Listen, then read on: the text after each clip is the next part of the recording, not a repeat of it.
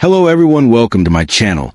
I hope everyone is having a wonderful day. Before starting the video, the magic Caitlin Clark created in Iowa City never really faded, even as the Hawkeyes' early post-Clark reality showed in a 30-turnover outing, their worst in 22 years, handing them the first loss of the 2024 season. Yet Jensen never blinked while stepping into the massive shadow of Lisa Bludder and Clark, leading Iowa to a 23-11 record, an NCAA tournament berth, and a signature 76-69 win over number 4 USC and Juju Watkins on the very day Clark's number 22 rose into the rafters. Now, entering year 2 of the Clark-less era, Iowa's refusal to break is still evident in their dominance. And who could be prouder than Clark herself? So, Clark promptly went to her Instagram stories and reposted the team's original post with pictures of the Hawkeyes basking in their victory. Moments like these, she wrote simply, and left every Iowa faithful nodding.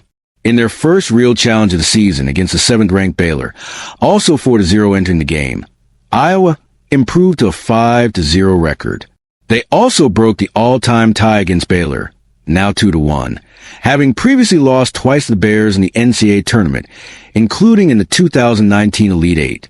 Still, this 57-52 win wasn't easy. Baylor opened the game swatting anything near the rim, 7 blocks in the first quarter, and for a while, it felt like nothing Iowa tried worked. The Hawkeye defense actually held Baylor to 12 and 4-6 first-quarter turnovers, which oddly left Iowa clinging to an 11-9 lead even though they didn't score in the final 4:50 of the opening frame.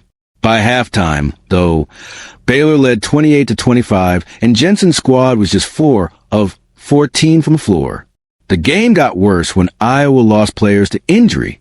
Stolka exited late in the first half with an ankle issue, and Chitchat, the team's early leading scorer, suffered a hard hit to the head at 9:19 in the half and was carried off. By halftime, though, Baylor led 28-25, and Jensen's squad was just 4 of 14 from the floor. The game got worse when Iowa lost players to injury.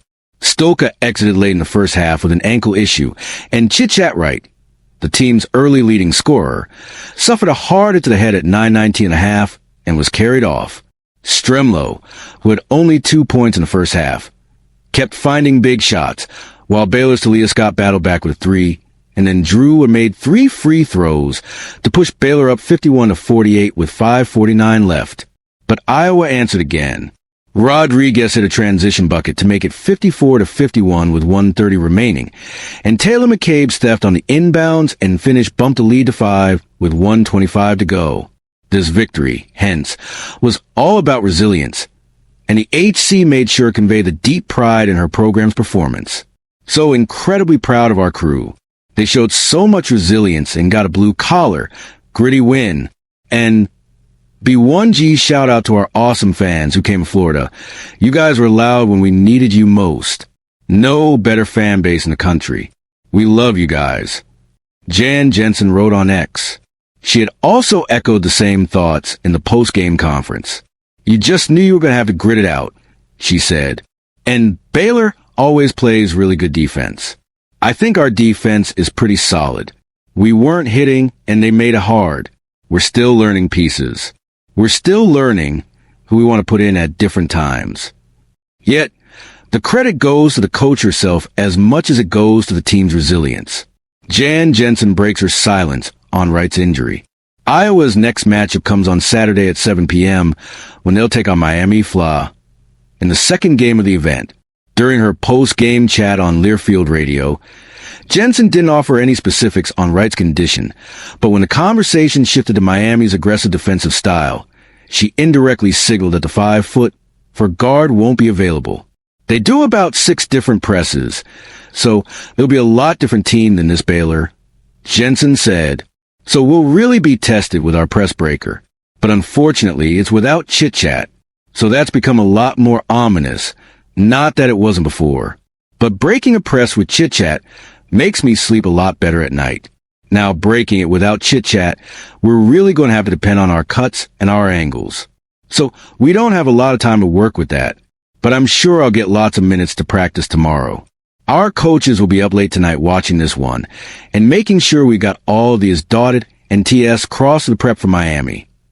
Yes, the Hawkeyes would need everything to fall into place if they want to get past Miami, also undefeated.